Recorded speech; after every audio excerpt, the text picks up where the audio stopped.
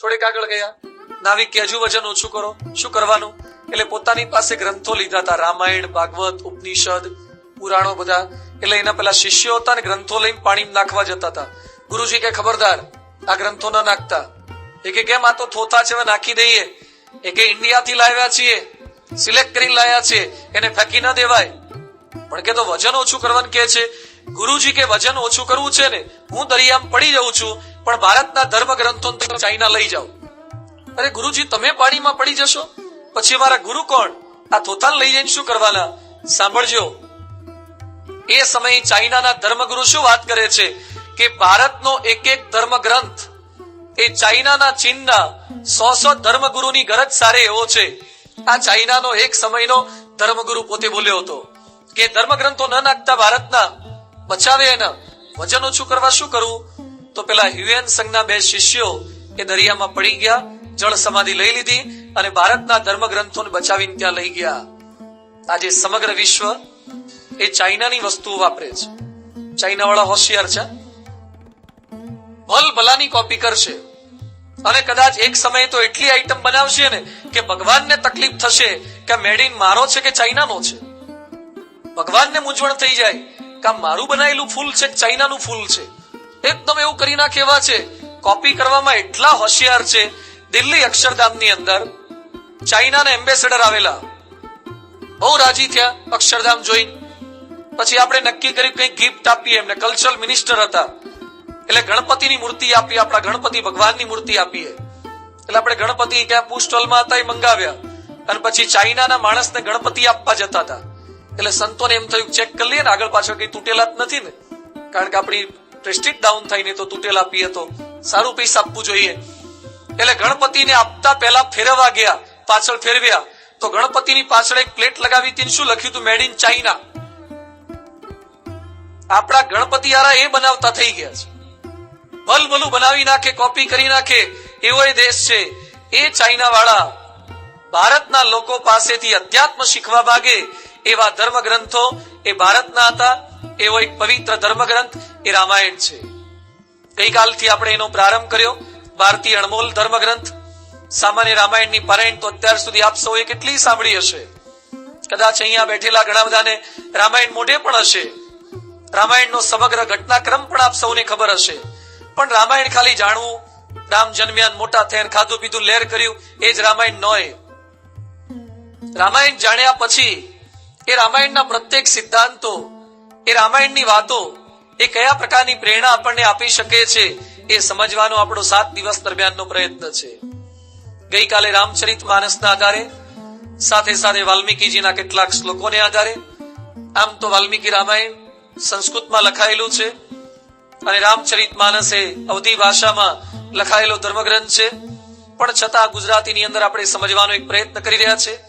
અયોધ્યાની અંદર દશરથ રાજા ખૂબ જ આદર્શ શાસક હતા, પ્રેમથી રહેતા હતા, ધર્મ ધુરંધર ગુણનિધિ જ્ઞાની, બહુ જ સારા શાસક પણ સાથે સાથે ગુણવાન હતા. આજે કેટલાક શાસકો મોટા લેવલ પર પહોંચી ગયા હોય છે પણ ગુણવાન નથી હોતા, ભણેલા ના હોય.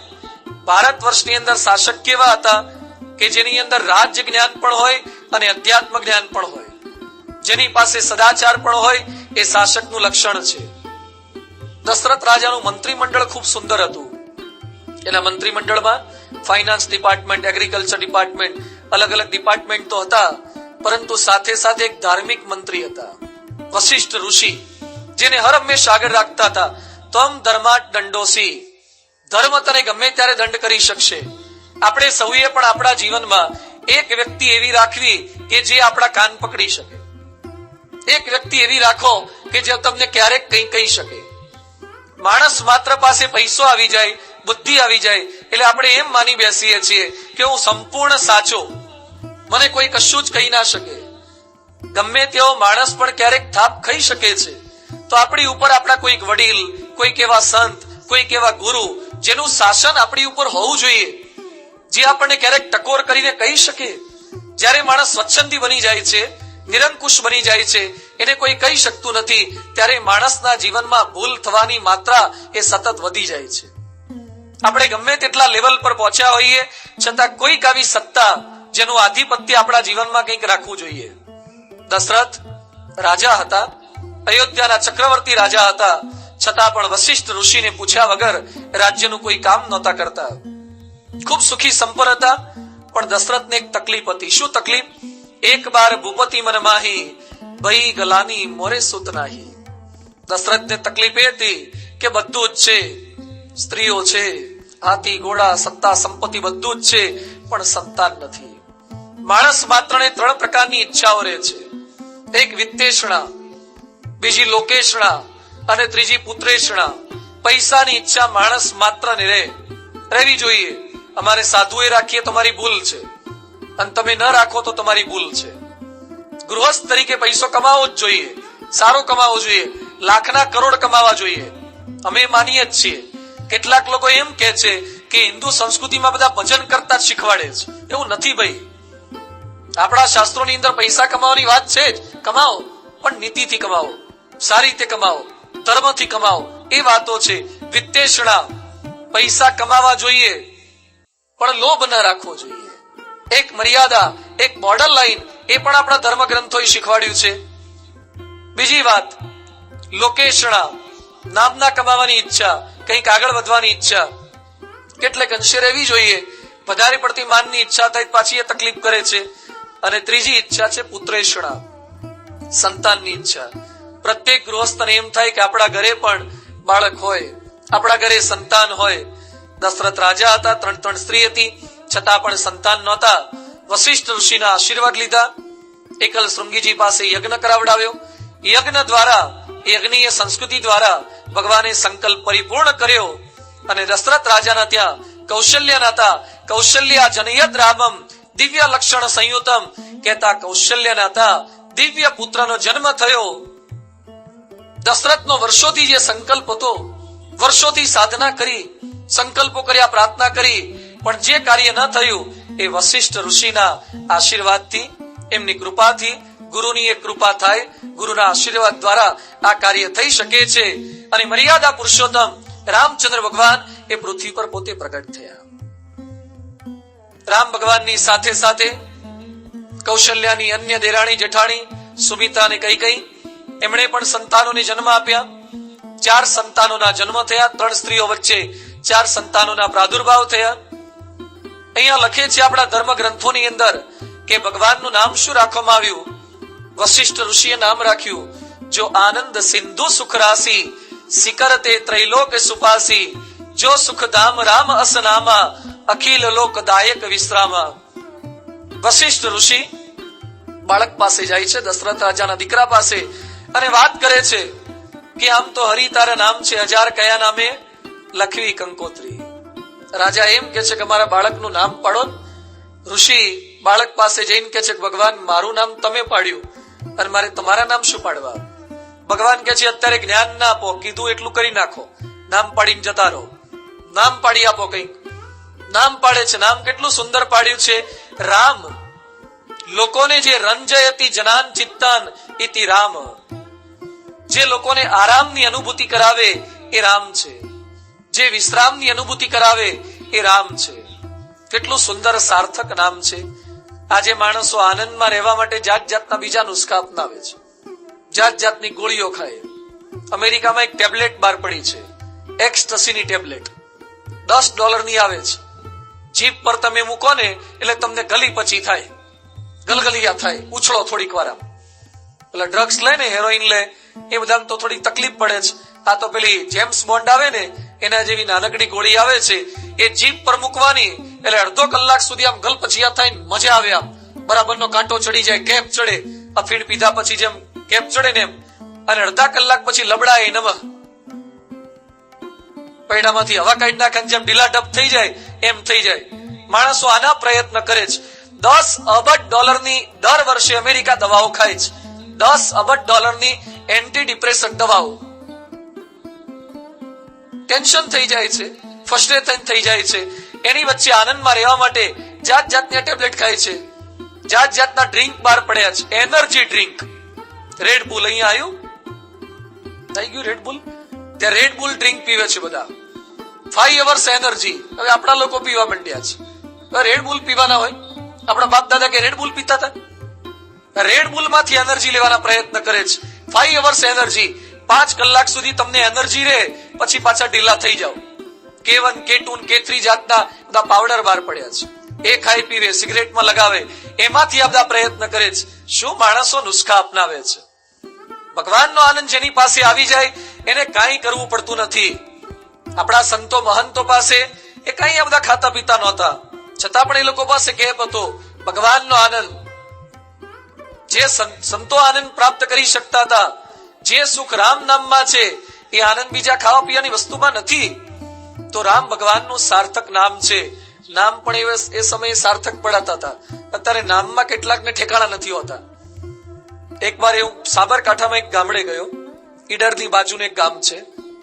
એક ગામમાં મેં છોકરાને પૂછ્યું, ભાઈ તારું નામ શું? મને કે ગાયલ. બધું જન્મતા વેત ગાયલ, કઈક વાગ્યું હોય ને ગાયલ થાય, ગાયલ કહેવાય. આપણે કહીએ ને કે ગાયલ થયા છે, બધું કેમ ગાયલ? ગાયલ નામ શું કરવા રાખ્યું? મને કે સ્વામી હમણાં સન્ની દેઓલનું ફિલ્મ આવ્યું હતું ને ગાયલ, એના પરથી નામ રાખ્યું છે. એટલે ડોબા હારા ગાયલ તે કઈ નામ રખાતા હશે? છોકરાના નામ ગાયલ રાખવાનું. આ સારંગપુરની બાજુમાં પેલું રોહિશાળા કરીને ગામ છે, એમાં એક છોકરાનું નામ મેં પૂછ્યું શું નામ છે? મને કે હિટલર. પેલા કાઠિયાવાડમાં હિટલર નામ રાખવાના હોય, બધું હિટલર કેમ રાખ્યું? તેના બાપાને મેં પૂછ્યું, મને કે બહુ મોટા થઈ ગયા. બધું મોટા નહીં, ખોટા થઈ ગયા.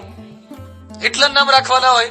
આવા જાત જાતના નામ હિટલર રાખે, ગાયલ રાખે, આવા નામ રાખવાના કઈ અર્થ ના હોય, જેની પાછળ કોઈ મિનિંગ ના હોય. આજકાલ મા બાપને બહુ શોખ જાગ્યા છે ઇંગ્લિશ નામ રાખવાના. જેમ ઇંગ્લિશ મીડિયમમાં ભણાવવાનો ઉમળકો છે ને, એમ ઇંગ્લિશ નામ રાખો. ફેનિલ ને, ટોનિલ ને, મેનિલ ને. હવે નાનો હોય તાર ફેનિલ સારું લાગે, 80 વર્ષનો ડોહો થાય તાર ફેનિલ દાદા કેવું લાગશે? તો કે નામ શોભે એવા નામ છે. આપણી સંસ્કૃતિમાં શોભે એવા કઈક નામ પાડો. એવું નથી કેતું કે રામલાલ પાડો કે ઈશ્વરભાઈ પાડો કે જેઠાભાઈ પાડો, પણ અત્યારના જમાનામાં શોભે પાછા કઈક અર્થ સરતા હોય એવા નામ પાડવા જોઈએ. આજે ફોરેન કલ્ચરને અનુરૂપ થઈ અને મા બાપ ખોટા ખોટા નામ પાડવા લાગ્યા છે. અહીંયા સાર્થક નામ હતું રામ ભગવાનનું. રક્ષયતિ રામઃ, જે ભક્તોની રક્ષા કરે છે એ રામ છે. જે ભક્તોને આનંદમાં રાખે છે એ રામ છે. સ્વામિનારાયણ ભગવાનનું નામ છે સહજાનંદ. કેટલું સુંદર નામ છે. સહજ આનંદ યસ્ય સહ ઇતિ સહજાનંદ. જેનો આનંદ સહજ છે, જેને આનંદમાં રહેવા માટે શાબુદ્દીન રાઠોડની કેસેટ નથી સાંભળવી પડતી. એ કેસેટ સાંભળે કેટલાકની જોક સાંભળે પછી જશે, એમ નહીં. એ આનંદમાં જ રહે છે હર હંમેશ. ભગવાન સ્વામિનારાયણ સહજાનંદ હતા અને એના તમામ સાધુના નામ કેવા હતા? બ્રહ્માનંદ, મુક્તાનંદ, પ્રેમાનંદ, નિષ્કુળાનંદ. તમામ સાધુના નામની પાછળ પણ આનંદ હતું. આજે કેટલાક સાધુના નામ જો ભિખારીદાસ, કંગાલદાસ, તો નામ જ ભિખારીદાસ હોય તો બીજાને શું કરી શકવાના? દુખી હોય કેટલાક. અહીંયા ભગવાન સ્વામિનારાયણે પોતાના સાધુના નામ જ આનંદવાળા આપેલા હતા, કે જે પોતે આનંદમાં રહે છે એના યોગમાં આવનાર દરેકને આનંદમાં રાખી શકે છે. રામ એ હતા, એટલે એનું નામ સુંદર રામ પાડવામાં આવ્યું છે. ધીમે ધીમે તમામ ભાઈઓ રામ, બીજા ભરત, ત્રીજા લક્ષ્મણ, ચોથા શત્રુઘ્ન. આ 4 ભાઈઓ ધીમે ધીમે મોટા થવા લાગ્યા છે. આમ તો કથાઓ બધી લાંબી છે, છતાં 7 દિવસની અંદર એના મુખ્ય મુખ્ય અંશોથી આપણે સમજવાનો પ્રયત્ન કરીએ છીએ. રામના ચરિત્રનું વર્ણન કરતા લખે છે, બહુ સુંદર વાત લખી છે કે રામ બાળપણથી કેવા હતા. ઉતરાલા લક્ષણ પારણાથી. બાળપણથી રામ ભગવાનની પ્રકૃતિ બહુ વિશિષ્ટ હતી. તુલસીદાસજી લખે છે, વેદ પુરાણ સુનહી મન લાઈ, વેદ પુરાણ સુનહી મન લાઈ. રામ ભગવાન વેદ અને પુરાણનું શ્રવણ કરતા હતા. કઈ રીતે શ્રવણ કરતા હતા? કઈ રીતે પઠન કરતા હતા? મન પરોવીને પઠન કરતા હતા. શાસ્ત્રોનો અભ્યાસ કરવાની વાતો એ રામાયણમાં રામ ભગવાને આપણને શીખવી છે. પ્રેમથી ભણતા હતા, વિદ્યાભ્યાસ સારી રીતે કરતા હતા. આજે હમણાં જ કેટલાક છોકરા મળ્યા, અમારા પેલો મિલિટરીમાં જવા માંગે છે, પટેલનો છોકરો, અને કેટલો પેલો જય ક્યાં ગયો, એને કલેક્ટર થવું છે. બરાબર છે, ભણાવવા જોઈએ સંતાનોને, પણ રામ ભગવાનના સમયમાં કેમ ભણતા હતા? વિદ્યાભ્યાસ, આદર્શ વિદ્યાભ્યાસ કરતા હતા. આપણા સંતાનોમાં રેડો બરાબર વિદ્યાભ્યાસ કરાવવાનું. આપણે સિરામિકમાં ઘૂસે એટલે બધાને સિરામિકમાં નાખવા એવું નથી. કમાતા કમાવજો, એની નાનત પાડતો, પણ બધાને સારામાં સારું ભણાવો. ખાલી ડાયમંડ છોકરો બાપ હીરા ઘસતા એટલે છોકરાને કે હીરા જ ઘસાવવાના, તળિયા પહેલે મથાળામાં જ નાખવાના છે, એને ભણાવો ને, એને સારામાં સારો આગળ વધારાવો. એક છોકરાને મેં પૂછ્યું, દોસ્ત તાર શું થવું છે? મને કે કંડક્ટર. એટલે મેં કીધું આપણે કંડક્ટર શું કરવા થવું છે? મને કે ટિકિટ ન લેવી પડે ને. તારા કંડક્ટર થવાતા હશે, આપણે કઈ ના મળે કંડક્ટર થાય ઠીક છે, પણ બાળપણથી ધ્યેય દ્રઢ કરાવો. અહીંયા બેઠેલા તમામ મા બાપને મારી વિનંતી છે, તમે નથી ભણી શક્યા, તમારા સંતાનને ધ્યેય દ્રઢ કરાવો, આગળ ભણાવડાવો, મહેનત કરાવડાવો, સારામાં સારી રીતે એ સંકલ્પ કરાવવાના છે. સારું ભણવા જોઈએ. પાછા કેટલાક મા બાપ મહેનત કરે છે પણ વરરાજામ દમ નથી હોતો. છોકરો જેવો હોય છે, તારા ભણતા જ નથી. આમ બહારથી આપણને બતાવે પણ ત્યાં કઈક જુદા જ ધંધા કરતા હોય છે. આમ બહારથી સ્કૂલે જવાની વાત કરે પણ કઈ ભણતા હોતા નથી. આ બધું ફેશન પરેડ જેવી કોલેજો થઈ ગઈ છે, સ્કૂલો થઈ ગઈ છે. હું MS યુનિવર્સિટીમાં ભણતો જ બરોડામાં. શું કોલેજોની હાલત લોકોએ કરી નાખી છે. હું તો ત્યાં છાત્રાલયમાં રહેતો તો, આપણી હોસ્ટેલ છે BAPS સંસ્થાની. એકવાર હું હોસ્ટેલમાં ગયો, MS યુનિવર્સિટીની હોસ્ટેલમાં, અને ત્યાં છોકરાઓ રહેતા હતા. એટલે ફિઝિક્સ કેમેસ્ટ્રી કઈ આપણે પ્રેક્ટિકલ્સની જરૂર હોય, નોટબુકની જર્નલ્સની, એ લેવા માટે શેર કરતા. તમે કોલેજના એ હોલના એ રૂમના એક એક દિવાલ ઉપર હીરો હિરોઈનના ચિત્રો હતા. એક દિવાલનો ખૂણો એવો નહોતો જ્યાં દેવી દેવતાના ચિત્રો ન હોય. દેવી દેવતા એટલે કયા? પ્રગટ દેવી દેવતા. બધા હિરોઈનના ફોટા. આ બધું શું લગાવ્યું છે મેં? મને કે સારું કે બધું કદાચ ઠીક છે, આ બધાને આપણે ક્યાં સુધારવાના હતા. પછી એને છે ને પંખાના 3 પાંખિયા પર ફોટા લગાવેલા, હિરોઈનના ફોટા, અને પેલી દિવાલ ઉપર, સીલિંગ ઉપર, છત ઉપર હિરોઈનના ફોટા લગાવેલા. બધું અહીંયા કેમ લગાયા છે? મને કે હવારે ઉઠીને સીધા દર્શન થાય, ઉઠતા વેત સીધા માતાજી દેખાય. શું ભણે છે આ થોથા ભણે છે? આ કઈ કોલેજોમાં કયા પ્રકારના ધંધા કરે છે? તો વિદ્યાભ્યાસ આ નથી. જે ખરેખર ભણે છે, ખરા અર્થની અંદર ભણે છે, તો એ પ્રકારની વિદ્યા આપણા સંતાનોની અંદર આત્મસાત કરાવવાની છે. રામ રસ લઈને ભણતા હતા. આ જે છોકરાઓ ભણે નહીં, શિક્ષકોની સામે પડતા હોય, વિદ્યાભ્યાસ ના હોય, હડતાલો કર્યા કરે, એની સામે રામાયણ આપણને વિદ્યાભ્યાસ કેવો કરવો એ પણ શીખવે છે. બીજું, રામ ભગવાન પોતે પણ ભણતા હતા અને પોતાના તમામ ભાઈઓને પાછા શીખવાડતા હતા. અહીંયા લખે છે, વેદ પુરાણ સુનહી મન લાઈ, આપું કહી અનુજન સમુજાઈ. કહેતા પોતે ભણે પણ ખરા અને પોતાના ભાઈઓને ભણે પણ ખરા. ગઈકાલે મેં હિન્દુનું એક લક્ષણ જણાવેલું. હિન્દુ પોતે હિન્દુ રહે અને પોતાના યુગમાં આવનાર બીજાને હિન્દુ બનાવે. આજે સમગ્ર વિશ્વમાં મોટા મોટી તકલીફ આપણા સૌ કોઈની આ છે. આજે હિન્દુ બીજાને હિન્દુ ધર્મ ગ્રંથોની, શાસ્ત્રોની વાતો નથી કરી શકતા. હું તમને ક્યારેક ક્યારેક મારા વિચરણના પ્રસંગો કહેતો જઉં છું, કારણ કે આ વખતે જ હમણાં તાજા અમે જઈને આવ્યા છે. પણ એ લોકોમાં, આ ક્રિશ્ચિયાનિટી વાળા માણસોમાં જે અસ્મિતા છે. આ વખતે માયામીમાં ફ્લોરિડા અમે ગયેલા. અમારી શિબિર હતી એક યુનિવર્સિટીની અંદર. યુનિવર્સિટીમાંથી જેવા બહાર નીકળ્યા અને પછી આકાશની અંદર એક પટ્ટો મેં જોયો. રોકેટના પટ્ટા આવે ને એવો પટ્ટો. રોકેટ ક્યાં? રોકેટ નહીં પણ એક વિમાન હતું, અને વિમાનથી આકાશમાં લખતો હતો કંઈક. પહેલી વાર આવું જોયું. બહુ તો આપણે રોકેટના પટ્ટા જોયા હોય, વિમાનથી લખતા આજ સુધી અહીંયા બેઠેલા કોઈએ નહીં જોયું હોય. વિમાનથી લખે એટલે અમે થોડીક વાર સ્થિર થઈ ગયા. એને વિમાનના પૂંછડામાંથી એવો ગેસ કાઢતો હતો અને જે કર્યો, ઉપર લીટું અને નીચે આમ વળાંક આપીને જે દોર્યો. પછી અમે સંતોષ સ્થિર થઈ ગયા, બધું જેથી લખે શું લખતો હશે. પછી બાજુમાં ઈ કર્યો. હવે એક એક અક્ષર લખવા માટે શું કરવું પડે એને? ઈ લખવા માટે વિમાનને આમ સ્પીડમાં ચલાવે, સીધો લીટો કરે, પછી પાછો ધુમાડો બંધ કરી દેવાનો, થોડેક આગળ જવાનું, આમ આડો લીટો કરવાનો એટલે ઈનું ઉપલું પાંખ્યું થાય, ફરતી ધુમાડો બંધ કરવાનો, દૂર જવાનું, સેન્ટરમાંથી પાછો ફાચર મારવાની એટલે વટલો લીટો થાય. 4 વાર વિમાનને આવ જાવ કરે ત્યારે ઈ બને. જે કર્યો, ઈ કર્યું, એસ કર્યું, યુ કર્યું, એસ કર્યું. જીસસ લખ્યું આકાશમાં પાયલોટે. પછી બધા વિચારતા હતા કે આગળ શું લખશે. આકાશમાં આગળ લખ્યું જીસસ, કહેતા ઈસુ ખ્રિસ્ત લવ્સ યુ. બરાબર છે, લોકોની અસ્મિતા છે, લખે. આકાશમાં વાક્યો લખ્યા. હવે આકાશમાં લખવું એટલે ખાવાના ખેલ છે. આની પહેલાનો પાયલોટ ખેલ કરવા ગયો ને અને પ્લેન ઊંધું થઈ ગયું, મરી ગયો તો. આ બીજાએ ચાલુ કર્યું છે.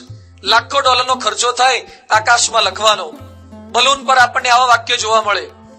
આ જોયા પછી મેં હિન્દુ છોકરાઓને ભેગા કર્યા. મેં કીધું જોવા, ફોટોગ્રાફર પાસે ફોટા પડાવડાવ્યા. બધું આ લોકોમાંથી શીખવાનું શું, આપણે શું કરવાનું?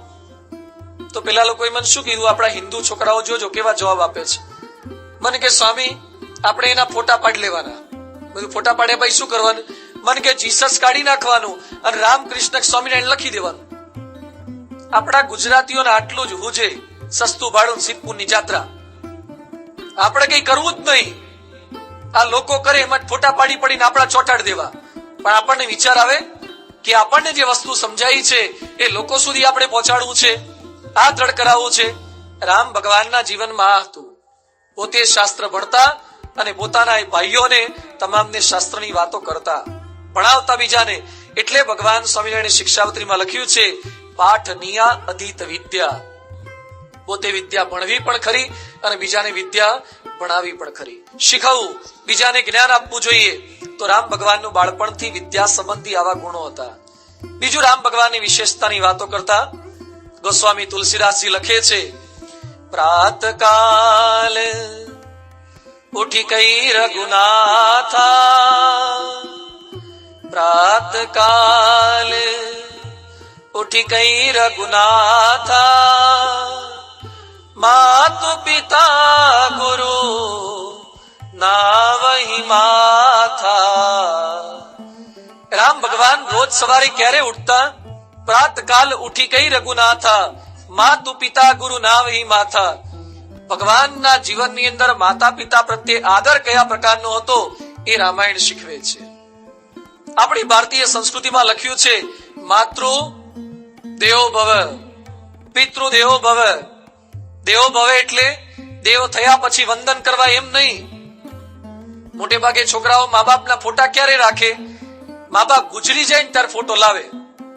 જીવતા ત્યાં સુધી ફોટો ના હોય અને પછી ગુજરી જાય ત્યારે એક જૂનો પડ્યો હોય ને એમાંથી કોપી કરીને મોટો કરાવીને સુખડનો હાર પહેરાવે. જીવતા ત્યારે કોઈ દારો ગલગોટાને પહેરાવ્યો ના હોય અને મર્યા પછી સુખડના હાર પહેરાવે. એ નહીં, રામ ભગવાનના જીવનમાં આ હતું. રોજ સવારે પ્રાતકાલ ઉઠી ગઈ રઘુનાથા, માતુ પિતા ગુરુ નાવહી માથા. પોતાના મા બાપને ગુરુને પ્રથમ પગે લાગે છે. પગે લાગવાની સંસ્કૃતિ, મા બાપને પ્રણામ કરવાની સંસ્કૃતિ એ આપણા રામાયણે 21 લાખ વર્ષ પહેલા આપણને શીખવેલી છે. ભગવાન સ્વામિનારાયણ શિક્ષાવત્રીમાં પણ આ વાતો કરી છે કે માતા પિતાને આદર સત્કાર આપવો, સેવા સરભરા કરવી. આજે પરમ પૂજ્ય પ્રમુખ સ્વામી મહારાજ બાળ મંડળમાં તમામ બાળકોને આ શિક્ષા આપી રહ્યા છે. મા બાપને રોજ સવારે પૂજા પછી પહેલા ભગવાનને પગે લગાય, ગુરુને પગે લગાય અને ત્યાર પછી મા બાપને પગે લગાય. અગણિત છે ઉપકાર એના, એ વિસરશો નહીં. ભૂલો ભલે બીજું બધું, પણ મા બાપને ભૂલશો નહીં. આજે દુઃખ સાથે કહેવું પડે છે કે જે દેશમાં રામ થયા, જે દેશમાં શ્રવણ થયા, એ શ્રવણના દેશમાં પરિસ્થિતિ શું છે? શ્રવણ કેવા થયા? શ્રવણે પોતાના મા બાપને કાવડમાં બેસાડીને યાત્રા કરાવી છે. શ્રવણનો સહેજ વિચાર કરીએ. કાવડમાં બેસાડવાને એટલે ત્રાજવામાં બેસાડ્યા છે. એના બાપનું વજન 50 કિલો તો હશે કે નહીં? બાપનું વજન 50 કિલો, માનું વજન 50 કિલો. કેટલા કિલો વજન થયું? 100 કિલો. એવરેજ 100 કિલો કહું છું, કદાચ વધારે પણ હોઈ શકે. 100 કિલો વજન તમારા ખભા પર મૂકી અને ચાલી બતાવજો, અને આખો દિવસ ચાલી બતાવજો. શ્રવણ 100 કિલો વજન પોતાના ખભા પર મૂકી અને મા બાપને યાત્રા કરાવે છે. જ્યારે જ્યારે શ્રવણની હું વાત કરું ત્યારે મને દર વખતે પ્રશ્ન થાય છે કે શ્રવણે આવું શું કરવા કર્યું? કેમ? કારણ કે શ્રવણના મા બાપ તો આંધળા હતા. આંધળાને ઘરમાં રાખે કે હરદ્વારમાં લઈ જાય, બંને સરખું જ છે. દેખતા મા બાપ હોય તો કંઈક બતાવવાની મજા આવે. આંધળાને લઈ જઈને કરવાનું શું? પણ શ્રવણના મનમાં નક્કી હતું કે મા બાપ આંધળા હોય છતાં એને રાજી કરવા જ એની યાત્રા કરાવી છે. શ્રવણ પોતાના આંધળા મા બાપની યાત્રા કરાવે. આજે પોતાના દેખતા મા બાપને નથી લઈ જતા. ગાડીમાં કૂતરાને ફેરવે છે, મા બાપને બેહાડતા નથી. સ્કૂટર પર કૂતરાઓને લઈ જાય છે, મા બાપને સાચવતા નથી. સેવા સરબરાની વાતો, જે આદર્શો આપણા ભારત દેશમાં હતા એ ભૂલી જવાના. એ ક્યાં ગયા આપણા આદર્શો? આજનો જ પ્રસંગ, આજ સવારનો પ્રસંગ મારે આપને કહેવો છે. આજ સવારે જ હું વિચાર કરતો હતો. આજે હું રાજકોટમાં ઓફિસમાં બેઠો હતો. સવારે 10 વાગે એક ભાઈ મારી પાસે આવ્યા. 65-67 વર્ષની ઉંમર. મારા એક કાર્યકરીને લઈ આવ્યા. આવતાની સાથે જ રડવા લાગ્યા. હાથ ફેરવ્યો. મેં કહ્યું શું તકલીફ છે? મને કે બાપજી મારે 2 દીકરા છે. દીકરા 2 છે તો તકલીફ શું છે? મને કે 2 છે એની જ તકલીફ છે. મને કે ના હોત તો સારું હોત. બધું ઘણા અમારી પાસે પ્રાર્થના કરવા આવે છે કે દીકરા થાય, અને આવા તમારા જેવા ક્યાંક આવી જાય છે એની તકલીફ છે. તકલીફ શું છે? ગાંધીગ્રામ વિસ્તારમાં રહે છે, રાજકોટનો વિસ્તાર છે ગાંધીગ્રામ. મને કે મારું મકાન છે, દરજી કામ કરીએ છે, દીકરાને એક દુકાન લઈ આપી, દીકરી પરણાઈ, પેટે પાટા બાંધી અને સંચા લઈ આપી, આ દુકાનો કરી આપી. એક છોકરો ભાડાના મકાનમાં જુદો જ રહેવા જતો રહ્યો છે, વાંધો નહીં, ત્યારે સુખીથી રહેતો હોય તો. બીજો છોકરો મારી ભેગો રહે છે અને 2 માળનું મકાન છે, સામાન્ય 2 નાનકડી રૂમો છે, રહીએ છે, 55 કે 65 વારનું મકાન છે. એમાં છેલ્લા 15 દિવસથી એની ઘરવાળી સાથે પેલી રૂમમાં રહેવા જતો રહ્યો છે. 15 દિવસથી મને ખાવાનું નથી આપ્યું. આ આજનો પ્રસંગ તમને કહું છું, ગાંધીગ્રામનો, રાજકોટનો પ્રસંગ કહું છું. મને કે સ્વામી 15 દિવસથી મને ખાવાનું નથી આપતો. બધું કેમ ખાવાનું ના આપે? તમારા ઘરમાં રહે. મેં કીધું મકાન કોના નામે છે? મને કે મકાન મારી પત્નીના નામે છે. ખાવાનું કેમ નથી આપતો? એમ કે છે કે મકાન વેચી નાખો. બંને છોકરાઓ એમ કે છે કે 50% મને આપો ને 50% આને આપો. મેં કીધું તમને શું? એ કે મારે ટોકરું ખખડાવવાનું. તમને કશું જ નહીં. એ કેમ કે છે તમને કઈ જ મળશે નહીં. તો કે તમને પૂછવા આવ્યો છું કે આપવું કે નહીં. તમે શું વિચાર કર્યો છે? મન કે અત્યારે મારા નામે છે તો એ ખાવાનું બંધ કર્યું છે, એના નામે થઈ પછી તો મન શું કરે? અત્યારે મારા નામે મકાન છે છતાં ખાવાનું આપતા નથી. આપણા ગુજરાતની અને એમાંય આપણા કાઠિયાવાડની આ પરિસ્થિતિઓ થતી જાય. મા બાપ પ્રત્યે સહેજ પણ આદર સત્કાર નહીં, સાચવવાની વૃત્તિ નહીં. શું ભણ્યા ને શું કરવાનું? લાખ રૂપિયા તમે તમારા કમાઓ, અરે કરોડ ભેગા કરો, પણ જો તમારા મા બાપને ના સાચવી શકો તો એ લાખ નથી પણ રાખ છે. એ લાખને કરવાના શું? એ મા બાપને અંતરડી એને દુખી કરી અને સમગ્ર વિશ્વમાં નામના પ્રાપ્ત કરી શકીએ એ કઈ જ કામ લાગતું નથી.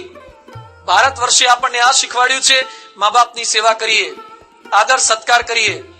સારંગપુર જતા અમદાવાદથી બગોદરાથી સારંગપુર હનુમાન છે, સારંગપુરમાં સ્વામિનારાયણ ભગવાનનું સુંદર મંદિર છે. ત્યાં રસ્તામાં બરવાડા ગામ આવે છે, ગેલાશાનું બરવાડા છે. બરવાડામાં એક પ્રસંગ બન્યો. એક બાપે પોતાના દીકરાની સગાઈ કરી આપી ભાવનગરમાં. સગાઈ થઈ પછી એકવાર છોકરો ભાવનગર સગાઈમાં પોતાના સાસુર પક્ષે ગયેલો, પાછો આવ્યો. એના બાપે પૂછ્યું કે બેટા તારી થનારી પત્નીને તે શું આપ્યું? છોકરો ગુસ્સે થઈ ગયો. એ કે મારે જે કઈ આપવું એ તમને પૂછીને આપવાનું, મારી જે ઈચ્છા હોય આપું. એ કે બેટા હું ના નથી પાડતો, પણ તે કઈ આપ્યું છે ખરું ને? શું આપ્યું ખાલી પૂછવા માંગુ છું. સાંભળજો, બરવાડાનો, કાઠિયાવાડના એક ગામનો 21 કે 22 વર્ષનો છોકરો પોતાના બાપને શું કહે છે? એ કે તમારે મારી પત્નીની બાબતમાં માથાકૂટ નહીં કરવાનું, તમારે તમારી પત્નીની સંભાળ રાખવાની. તમે તમારી વહુની સંભાળ રાખો, મારી વહુની બાબતમાં બહુ માથાકૂટ ના કરો. આ જવાબ આપ્યો. હજુ તો લગ્ન બાકી છે, સગાઈ થયા છે અને બાપને ખોટું લાગી ગયું. એના બાપે બરવાડાના માર્કેટની અંદર જઈ અને ઘઉંમાં નાખવાની દવાનું ડબલું ગટગટાયું, દવા પી ગયો. ગામના લોકોને ખબર પડી, હોસ્પિટલમાં લઈ ગયા. ડોક્ટર પ્રયત્ન કરતા હતા પણ ઝેર ઘણું ચડી ગયેલું, એટલે 1000 રૂપિયાનો ખર્ચો થાય એમ હતો. ડોક્ટરે છોકરાને ફોન કરાવડાવ્યો. છોકરાને ખબર પડી પણ દવાખાને નથી ગયો હજુ.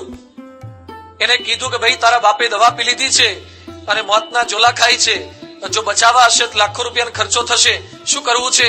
એ કે તમ તમારે ભલે મરી જતા. કે બરવાડાનો આ 8 વર્ષ પહેલાનો પ્રસંગ છે. શું પરિસ્થિતિ આપણા ગુજરાતમાં બનવા લાગી છે? જે રામ પોતાના મા બાપને પૂછ્યા વગર રાજ્યનું કોઈ કામ નહોતા કરતા.